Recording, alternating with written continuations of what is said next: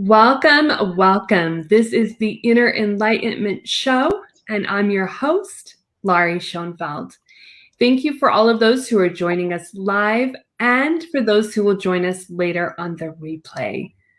Our guest today is Michal Guelfand. She is the founder of My Desired Outcome Academy, and we're going to be chatting today all about joy in supporting our body, mind, and heart. Welcome, Michal. So excited to have you here with us today. Thank you so much, Laurie, for having me in your show. I'm really honored to be here with you guys. Absolutely. I'm super excited to have this conversation with you and hear about your journey of how you got started in finding joy in your own life through body, mind, and heart. Can you tell us what was the first steps that you took to really examine and start to find that piece of joy within your life? Wow, that's a big question.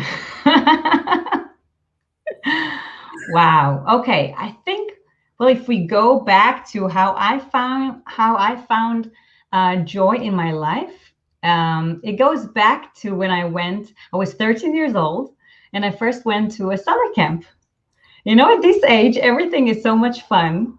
And it was an English summer camp. And I have to say, the reason I mention it is because I was living in a not English speaking country. I was born and raised in Israel, only came to the States 6 years ago when I was 40 years old.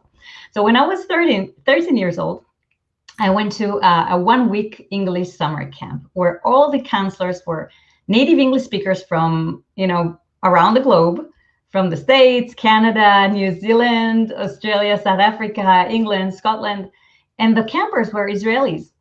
And it was the first time that I just finished, I think, the 7th grade, and I wasn't sure. We studied a new tense in English, and I wasn't sure of getting it right. So I was afraid to make mistakes. So I mainly was quiet, but I was so excited. And I think, in this age, I fell in love with 2 of my counselors. Obviously, nothing happened. But, I immediately fell in love with the language. So what happened, this is a key milestone in my life, this moment. What happened was that I was like all full of excitement and joy from this camp. From that moment onward, I kept on looking wherever I can to opportunities to listen, to talk in English. I would speak to myself in front of the mirror in English just so that I can hear myself. I would learn English from music, songs of U2. I would listen to the radio and do a recording with a double tape recorder at the time for those who lived in that era. I became in love with the language. So for me, it was full of joy and excitement. And my grades got better and better every year. And I went back to that camp the following year and the following year until I became a counselor myself. I was the youngest and the only Israeli that was a counselor in that camp. So from that moment, like from the day I was 13 years old, I knew I'm going to study English at university. When I got to the age of university, they told me, well, you don't study English, but you can study either literature or linguistics in English. So I picked linguistics because I liked about the study of the language. And it was awesome. All of a sudden, I found myself excelling. And I got a BA degree with honors. And for me, that was also a turning point because up until that point, I was a good student at school, but I wasn't the best student at school. So, because there were other topics that I was less good at, like history. I couldn't remember all the dates and everything. But I found that thing that I love to do. And so it was joyful to me. And then I said, okay, so what am I going to do with, I don't want to be an English teacher in high schools. But that was the way I got into high tech because of my passion to English. And I became a marketing manager, the one who is writing the marketing material, and the one who's representing the company outside. And to me, it was joyful because I used English, and I found that I really like communications and speaking to people. So language to me is a bridge to connecting people from different places. So that's how if you find your passion, that will bring you so much joy into your life. So this is how I sparked my joy, or at least I was aware of it. And it continued, and it still continues from that day onwards, really.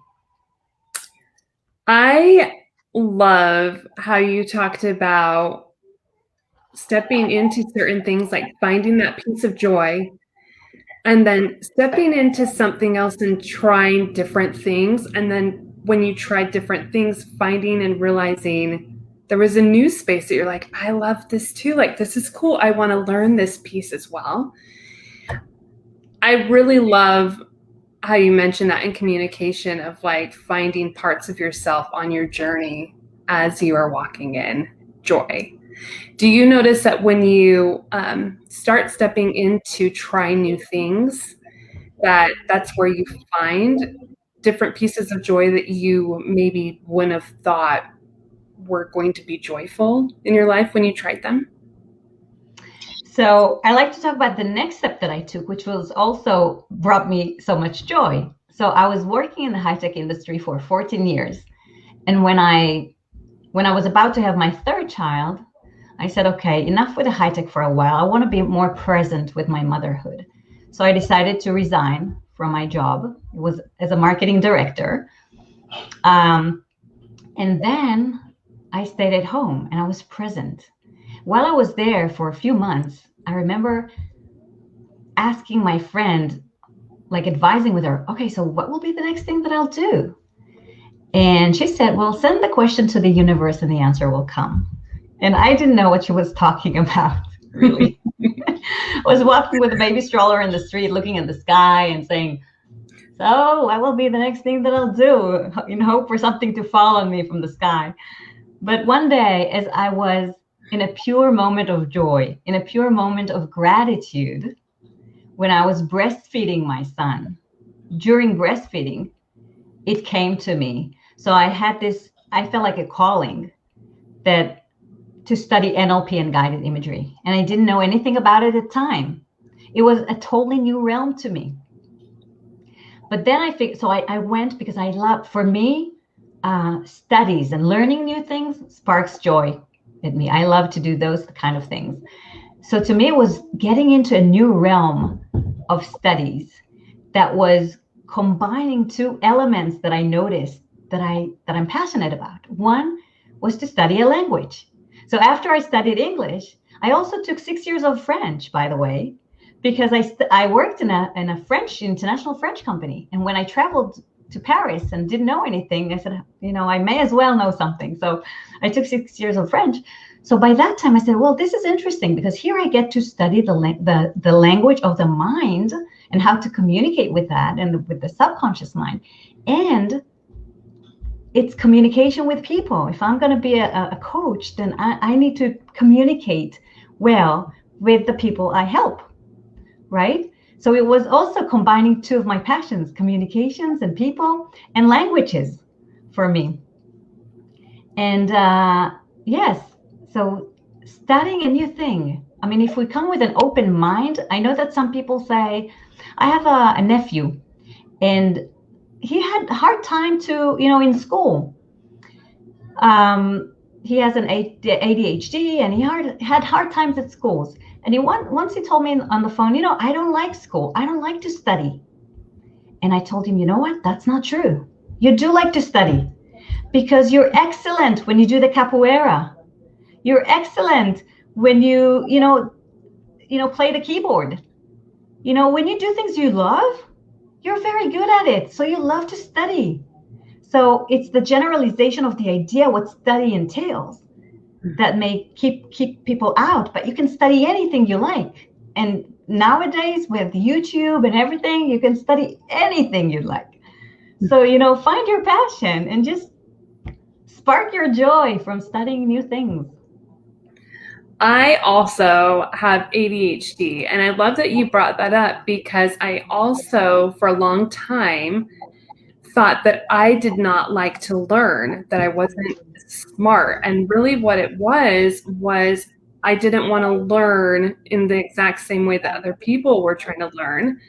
I wanted to explore and visualize and be creative in different realms. And when I started doing that, it was this beautiful exploration where I realized, like, no, I do really love to learn. I am very excited about learning.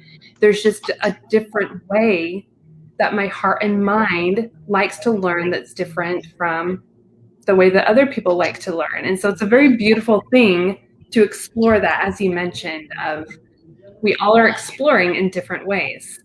Right. How, for you, Michal, going into joy in supporting your body, mind, and heart, what are some things that you have learned with your journey in getting to NLP of how you've been able to support yourself in those different realms to communicate to your mind, your body, and your heart?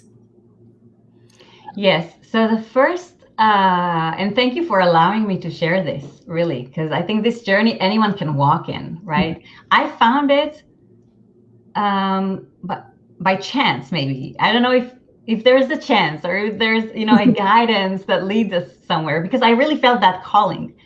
And it helped me in so many ways, in so many aspects of my life.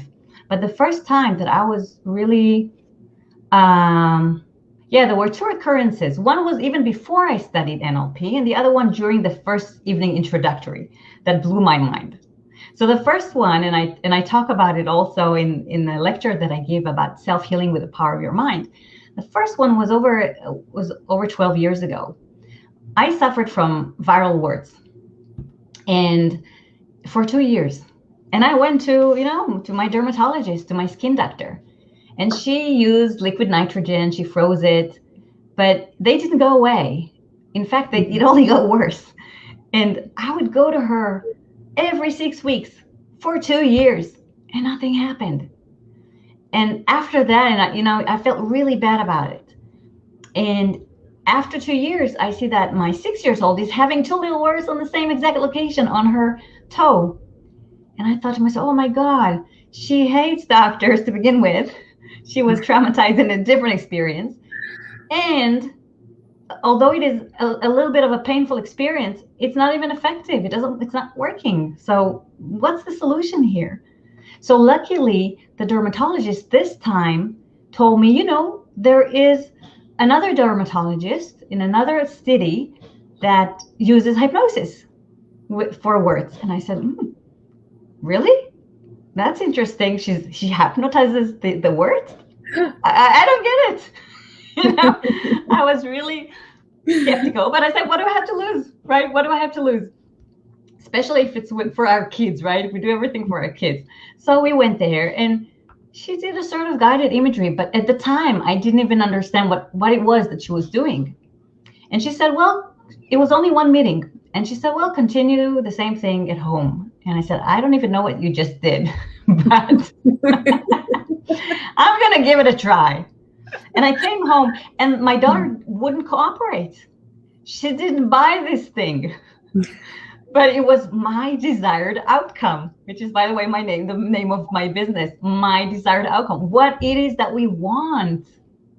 Because when we're busy focusing on what we don't want in our life, this is what we're going to get. But as we focus on what it is that we do want, our mind will start looking for solutions, not for excuses. So even the option that it's possible opened a whole lot, a whole new world to me. I didn't know it was possible this way. So I said, okay, it's possible in the world. I might as well try it. And so I created like a guided imagery story on the fly, creatively with my daughter as I put her into bed. And every night, we were doing like a magic thing, and every night we would check and see what happens. We did it every other night. And what happened after this period was that her warts were gone. And I was really happy. But some people who are skeptical would say, words come and go. That's what they do. It's not. But what was the most amazing thing was that all my words were gone. So this blew my mind. I said, how is it possible? I made up the story. How is it possible? It was only after I studied NLP and guided imagery, and in the evening introductory, we were guided with a guided imagery story. I came to that evening with a chronic pain in my foot following, after my third pregnancy. I had a chronic pain for 5 months in my foot that I didn't know how to get rid of. And during that guided meditation, I said, okay, I may as well give it a try. What do I have to lose, right? And we were told to let go of things in our lives. And I was thinking to myself, okay, but I want to keep the leg. I want to keep my feet, right? I don't want my feet to go away. I just want the pain to go away. How do I imagine a pain? I wasn't even sure I know how to imagine. But I said, okay, whatever. From that moment on, I had no pain in my foot forever. It was gone. Now, ever since then, so I found it so interesting. I got so curious about it, and I learned more. And then I studied all the NLP practice in Israel already. But when we moved to the States, I started studying it all over again in English, and I took some advanced classes. So I took the NLP Health Certificate training, and understanding, because sometimes it is not as simple as that. It's not as simple as just imagine. Some other inner processes are required. And when we find the root cause of the problem, which is mostly emotional or like mental emotional root cause of the problem, the physical problem disappears, because the physical symptoms of our body are ways of our body to communicate to us that something needs to change. But the only way the body can communicate to us is through physical symptoms. Like when we're thirsty, think about it. When we're thirsty, our mouth gets dry, right? When we're warm, we get sweaty. When we're excited or nervous, our heart beats faster, right? But how do our mind tells us that what we're doing needs to change? So for that, we need to listen. For that, we need to ask the right questions and trust the body and mind that the answer will follow. But we need to give it a chance to express itself and believe it is possible, because those who don't believe, nothing happens. But if you allow yourself to experiment and experience, miracles can happen. And for me, it's amazing. We kind of talked about this a little bit, about communicating with your body and the different experiences of how amazing it is when you really listen and tap in, how much more you're able to acknowledge because you are being present. What are some ways that when you are asking your body or your heart what it's needing, can you give us a few tips of how you personally stay present and in that moment and listen to seek that guidance? Yes, thank you for asking, because a lot of people don't know where to start, right? Where to begin. So first, nowadays, if I find myself having any symptoms, and normally symptoms sometimes gets you, or at least me, I don't want to talk on behalf of anybody else, but that's what normally happens. People get anxious about it because they're used to, feeling normal, and then all of a sudden they don't feel as well and they start getting anxious about it. Some people are getting worried and concerned. So to me, I no longer get worried to begin with. I may get concerned, and I'll check. I'll go to a physician and check. I do all the exams. So if anybody heard I'm recommending go to your physician and do all the tests that you want. And if everything is well, but still you suffer, like from chronic pain or from some irritation that you may have, I want you to know that you have more healing powers than you think, because our immune system is wonderful. So first, we need to make sure that we give our body what it needs to begin with, like as a basis, right? We need to make sure we sleep well. We need to make sure we eat well with all the nutrients and drink enough water, enough liquids, that we don't overload our body with excess sugar. And I'm eating gluten, by the way. I am eating sugar every once in a while. I'm not the one that says no, don't eat these things, but be mindful of what you eat and how you eat. So be more mindful to the food that you eat and how you digest it, where it starts, noticing the food and being thankful for the food and everything, and keeping good exercise. So once you do these things, because sometimes we may get things because we suffer simply, our body doesn't get enough sleep, so it doesn't function as well. Sometimes if we're too stressful in work, then, the cortisol level are rising. When they do, then it weakens our immune system. So we're more prone to getting whatever viruses that are always around us. But if our immune system is operating well, we keep healthy. So making sure these things, first of all, are met. And so the first thing, yes, to do is to be quiet for a while and take some deep breaths. Just first of all, to bring the relaxation element into our body. So the first thing we said is making sure our lifestyle supports our body. Second thing is to take, a few deep breaths. That sends a signal to our body that everything is okay, that, the mind can relax itself. And when we allow ourselves to be in that quiet place and moment, we need to allow, a space to do that. The next thing to do is to send thanks and gratitude to our body, how well it operates. Because a lot of people, first of all, they get mad, right? We're getting angry at our own body. We're getting into a war with our own body, and that's wrong, because all it's trying to do is to give us a message. So we need to treat him with respect, with all the good intentions, because our body does so much to us that we take for granted. So after we take a few deep breaths, to start being grateful for the body, do a body scan and thank the body for what it allowed us to do, for the breath that we take, for the heart that beats, for the digestive system that works, for our hands, for our legs, for our eyes and nose and mouth and everything, to be thankful and grateful for what it does for us all the time. This is what it does all the time. And now, okay, so in this small thing, then you ask, what's the message that you want to give me? Is there anything I need to change? What's the message? And wait for the message. It will come. And when it does, you need to say thank you for communicating that to me. Thanks again. And maybe making an internal commitment if there's anything. Sometimes it's just a learning that you get. You get like a learning and you say, oh, that's interesting. Yes, indeed, you're right. I remember once I suffered from vertigo.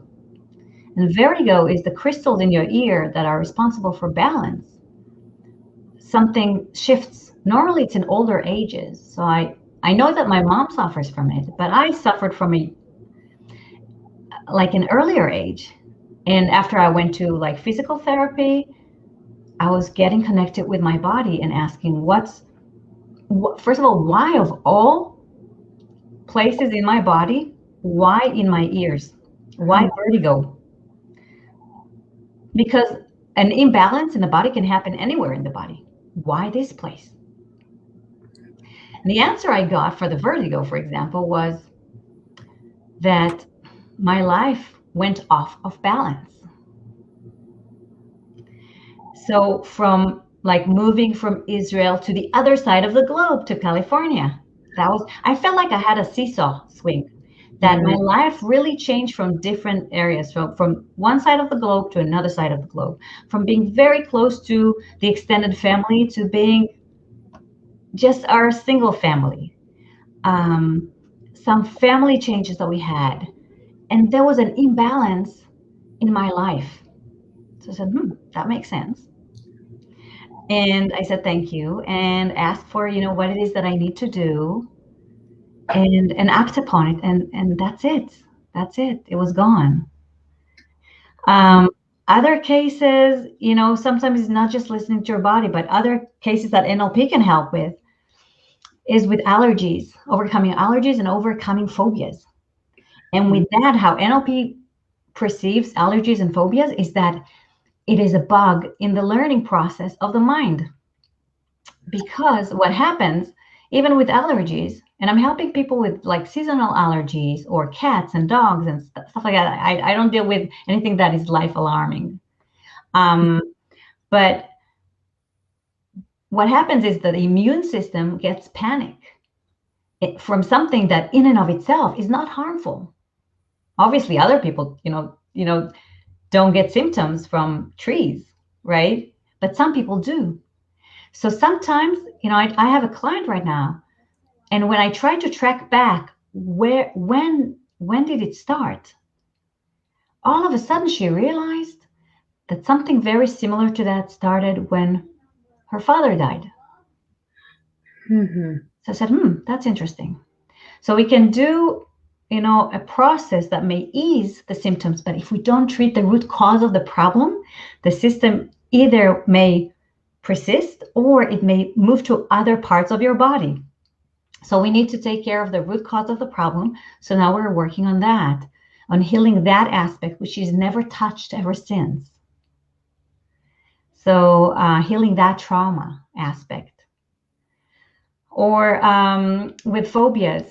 So I had a client who was phobic to spiders, and she loved gardening, and she has a beautiful garden in her backyard, but she was afraid to go outside thinking, and she's got a service that sprays for, there's no spiders around. But with phobia, and I know because I suffered from height phobia. With phobia, you freeze. You act in a non-rational way. Something in the mind is perceiving something as bigger than it really is, or as harmful than it really is. So we worked on that, and right after our session, 2 weeks after our session, she had a big party for her friends and family in the backyard. And so this has brought so much joy for her, right? To allow herself to celebrate. So that's amazing, because when we suffer, when our mind and body suffer, it goes to every aspect of our life, and it deprives us from the natural joy that we can be at, right? So when we heal our physical, we also heal other aspects, and we need to remember that and not take things for granted when everything is good, right? Mm-hmm. So to treat our body well and be grateful for that. And joy is really a state. Joy is a state that we can choose to live in.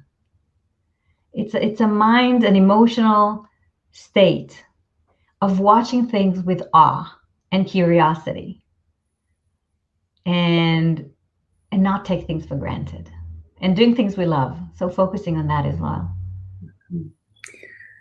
When you brought up allergies and phobias of the mind, my mind is going just in general with some of the different experiences that I've personally gone through of different phobias that I have felt within my body. And then I got very sick after, because that specific phobia was very real to me, that my body was also reacting in such a way to protect me of what I was actually experiencing in my mind as well. And so I love how you mentioned how the body, mind, and heart are all very intertwined and connected.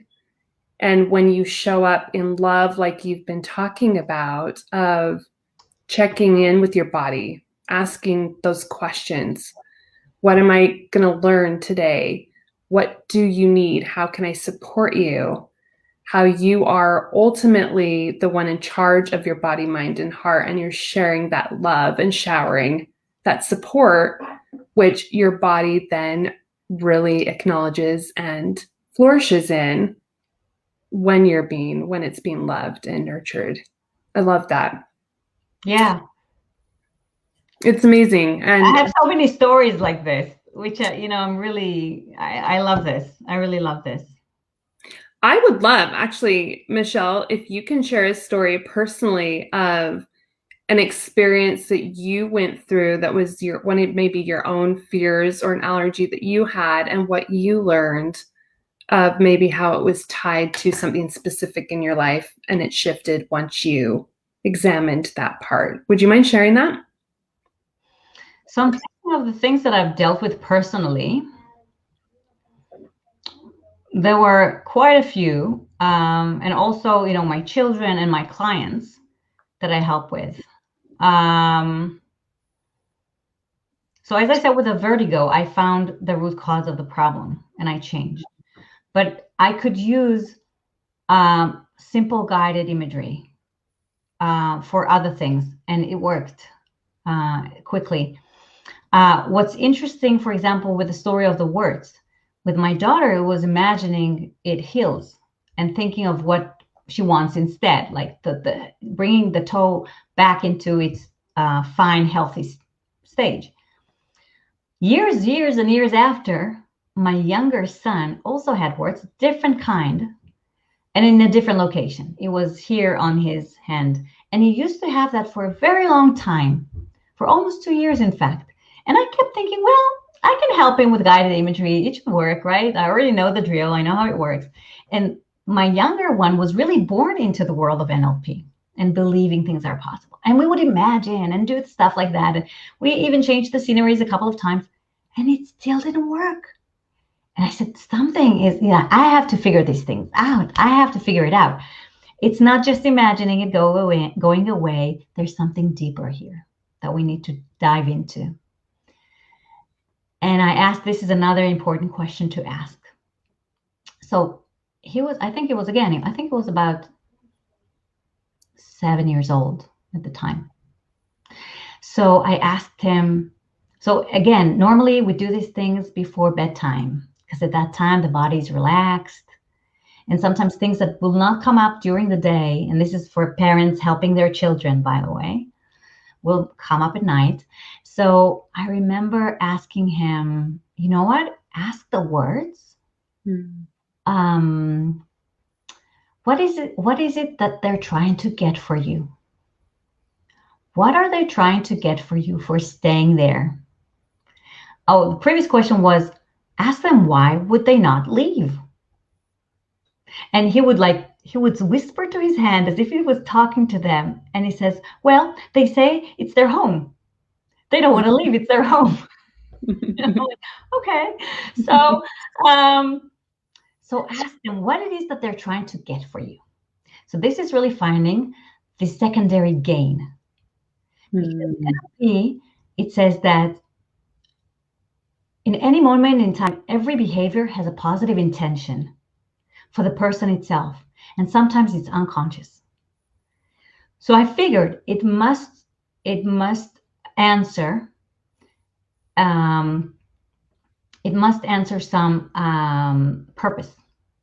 They're not there just for no reason. They answer a purpose, an unconscious need that he may not be aware of. So I asked, okay, so what are they trying to get for you when they stay there? So he's talking to them. He's telling me, oh, so when I'm in school at recess, if anybody would bully me, I would do this with my hand, like this, and say, go away. I can make it contagious. You're going to get it too. Like a weapon. He's got a secret weapon now. So they wouldn't leave because he feels safe with them. This is something he didn't think consciously about. He wasn't aware of it. So I said, that's interesting. So let's thank them, first of all. Thank them for the positive intention that they had for you. They really, had a good intention for you. Thank them for that. And now ask them, how old are they? So he's talking again. And he said, they're 1 year old. That's interesting, because 1 year olds, don't really have other ways to protect themselves other than, being nonverbal. But now that you're 7 years old, what else can you do to protect yourself if anything like that happens?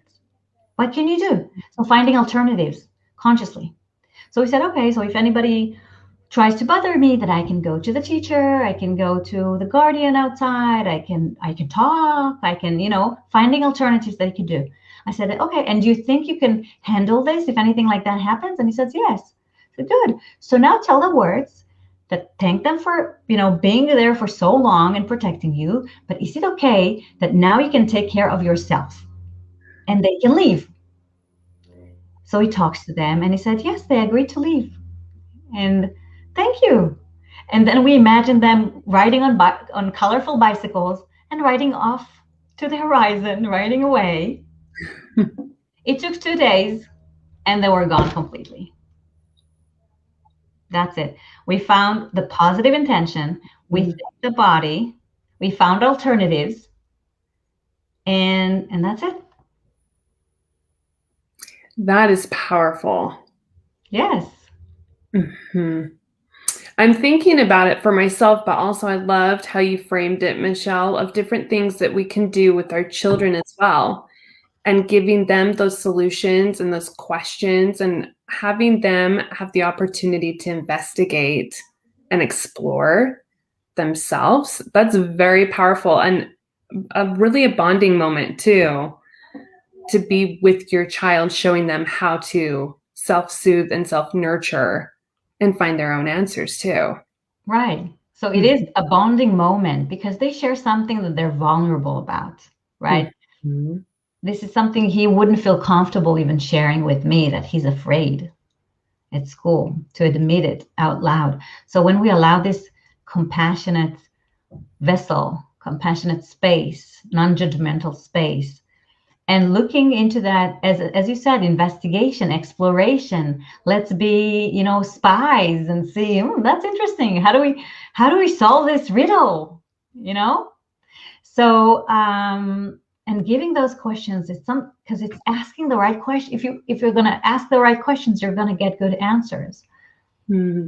So yes, this is really, really nice.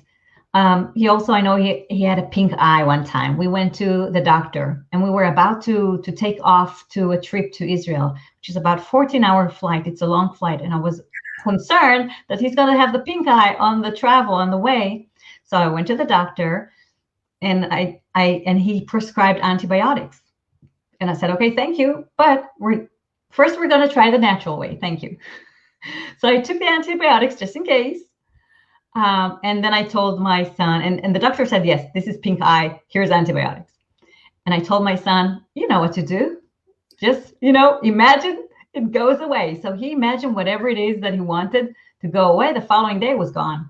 No antibiotics, no nothing. So this is really powerful. Mm-hmm. This is amazing, right? Yeah. We're going to go to the inner child questions section. Are you ready, Michal? Yep. Okay.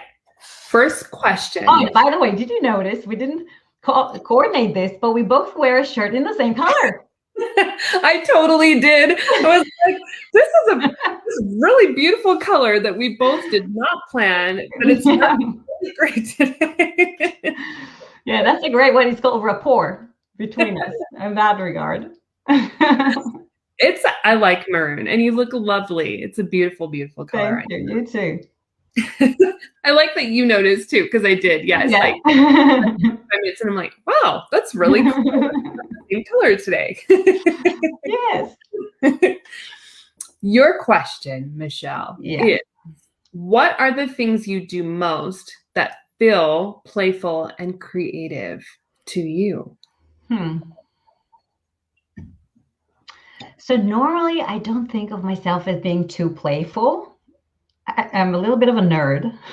I like to, read and study and do all of that. But, I like to play cards with my child, and I love to be in nature.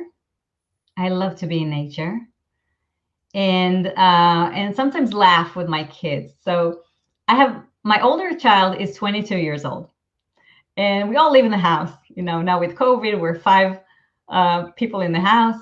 And sometimes he wanted me, to help him prepare his breakfast for the following day. He prepares it with oatmeal and soy milk. He's vegan. And blueberries, strawberries, banana, and apples and everything. So he wanted me to help him cut the fruits to prepare it for the following day in the refrigerator. So we have this inside joke where he says, okay, can you cut the banana? Can you cut the tomato in an apple cut, or cut the banana in a cucumber cut? So that's the way to hold the knife. And so anyway, that's just, for us, it makes me and him laugh. So, small things that you find joy with. You were saying you were a nerd, that you love reading and learning. And I'm like, that's playful, because I love that too. That's totally my nerd self sees your nerd self, Michal. Thank you. High five. What are some of your favorite things that you love about being in nature? I like to see the change in seasons. First of all, I like greenery. I like to see green and blue. I prefer that over brown. Because to me, it feels like something that is blooming, nourishing. And I like to see, I have a trail behind my house, that there is a stream of water passing by. It's dry right now. It's really sad. But I like to see the movement and the change, and listen to the birds chirping, and see the little squirrels and all of that. So I really like that. Oh, and we have new kittens. So yeah, a boy and a girl. And so they came together, they're brother and sister, and it's really nice to watch them interact with one another and being playful. So it brings joy to the home, having a pet. And I love animals. You mentioned quite a few animals, and I was smiling right there with you, because animals they're just so fun to watch. I love dogs as well, but it's just more time to take out. So that's why we chose cats. I have a dog, so I understand that 100%. Yeah, it's a whole experience with our beautiful dog of takeouts. Yeah. What is one of the oddest food combos that you have liked and tried, or you've just tried? I don't know if it's odd, but maybe it is to some cultures. My father used to prepare. So I was born in Israel, but my mom was born in Russia. My grandmother is Polish, but during World War II, she ran away to Russia. And my father was born in Iraq. They met in Israel at the Tel Aviv University when they grew up. But I got to try different, dishes from different cultures. So one of the things that my father brought was a combination of raw tahini with date honey. And you combine those two elements, because the raw tahini is really dry and like gooey, but the dates honey syrup is flowing and sweet. And when you combine the two, there comes a spread that's really yummy. And you get a lot of calcium also, because the tahini has a lot of calcium in it, natural calcium. So either you go with a pita bread, or just a spread on a bread, or just eat it with a teaspoon. So you get a boost of sugar, but also of good ingredients, because it's natural sugars from the dates and the tahini. And so it's a really nice combo that you may want to give a try. I can see that with I'm visualizing the texture with the honey, and how that really can be a lovely spread. I've never tried that before, but I definitely am going to give it a try. It sounds lovely with the pita bread too. That sounds really lovely. Yes, it is. Okay. So do you have a specific way that you like to eat it? Do you like putting it on the pita bread? Would you personally prefer to just eating it out of the jar or as is? Or what's So your... it's not a jar. So I mix these two things in a, in a small bowl. And you don't need to, if you, it's just for yourself, then you only need a little because it's really sweet. It's really, really sweet. I mean, depending on how much of the date honey that you put in. I just like to it's like you eat a hummus, like in Mediterranean restaurants that you do this, like the spread with the pita, and so just put it on a small bite of pita bread. So yes, like that. Okay, well, I'm going to give it a try. And anyone who's watching and watches the replay, give it a try too. Show us a picture of your take on what you made here, and we'll share it with Michal. Yes. Before we end today, Michal, where can they reach out to you if they have any questions about your academy and what you're up to in the world with business? Yes. So anyone who's interested in one-on-one coaching, to find out, to just, get unstuck from what it is that is holding them back in whatever life area, or just want to advance to the next step in their life, they can find me on mydesiredoutcome.com. And they can schedule a free 20-minute session with me, a discovery call, and see if I can be of any help. And right now I'm also working on a digital course that will be named My Desired Outcome. I'm still working on the content, and I have a lot of things to learn this year, new things to learn how to put this out there. But yes, anybody who wants to contact me, that would be the best place to find me. And I have once in a while, I have like lectures going on. So if they go on Facebook, if they go on, look for My Desired Outcome, they can sign up and see the activity. Perfect. We will put those links in the comments to have that easy access so they can find you.